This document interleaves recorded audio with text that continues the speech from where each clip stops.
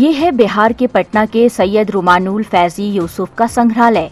यहाँ आपको गुप्त साम्राज्य, चालुक्य, हूण, पाल, पद्मावती, होशाला के अलावा कई और साम्राज्यों से जुड़े दुर्लभ सिक्के मिलेंगे।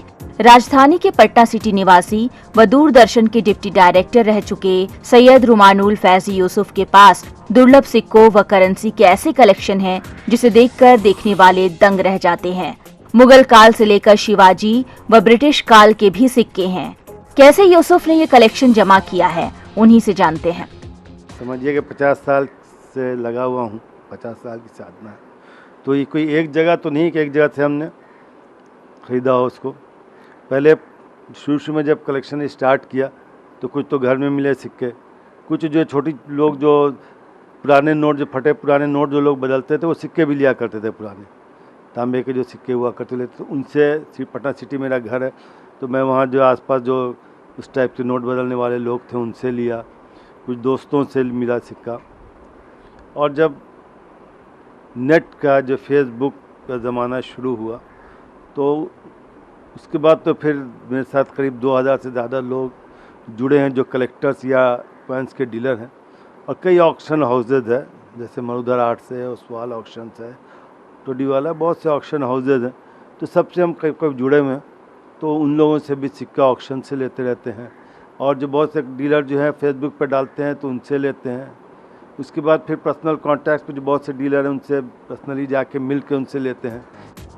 यूसुफ कहते हैं कि मेरे बड़े भाई ऐसे सिक्कों को जमा करते थे। एक बार टॉफी खरीदने के लिए मैंने एक सिक्का ले लिया, जिसके बाद उन्होंने गुस्से में आकर सारे सिक्के मुझे दे दिए। बस वहीं से मेरा इन सिक्कों को एकत्र करने का शौक शुरू हो गया। यूसुफ के अनुसार उनके पास आज की तारीख में 6000 से भी ज्यादा सिक्के और नोट हैं। सिक्के मेरे पास मॉडर्न एम्पायर से हैं, पंचमार्क कॉइन जो कहलाता था। वैसे सिक्के का इतिहास तो कौड़ी से शुरू होता है, एक तरह समझिए कौड़ी है, बीट्स है। तो कौड़ी भी मेरे पास है, फुट्टी कौड़ी भी है, जो हम कहते हैं कि फुट्टी कौड़ी भी नहीं है, लेकिन मैं किस्मत वाला हूँ कि मेरे पास फुट्टी कौड़ी भी है, ढेला भी है, अधेला भी है और फुट्टी कौड़ी है। कौड़ी का वैल्यू बढ़ाने के लिए उसके अंदर लेड भरा जाता था, लेड फिल्ड कौड़ी भी है। और पंचमार्क कॉइन्स हैं मॉडर्न एम्पायर्स के, कॉपर में, सिल्वर में, एंग्लो ग्रीक कॉइन है और इंडियन प्रिंसली स्टेट्स के कॉइन हैं, मुग़ल एम्पायर, दिल्ली सल्तनत, कश्मीर सल्तनत, बीजापुर सल्तनत और बहमानी सल्तनत, गुजरात सल्तनत, बंगाल सल्तनत। इस तरह जितनी इंडिया में जितनी भी सल्तनत थे करीब करीब सभी के सिक्के हैं। इंडियन प्रिंसली स्टेट्स के सिक्के हैं। और ब्रिटिश एम्पायर का 1835 से लेकर 1947 तक डेट वाइज सभी सिक्के, कुछ दो चार जो बहुत रेयर हैं वो मिसिंग हैं।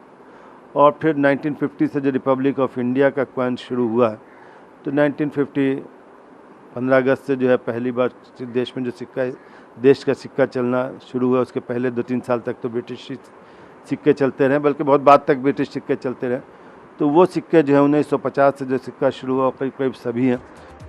यूसुफ के म्यूजियम में दुनिया के तमाम बड़े छोटे करीब 200 से ज्यादा देशों के नोट भी संग्रह के रूप में रखे हुए हैं। इनमें कई ऐसे नोट हैं जिनका प्रचलन बंद हो चुका है।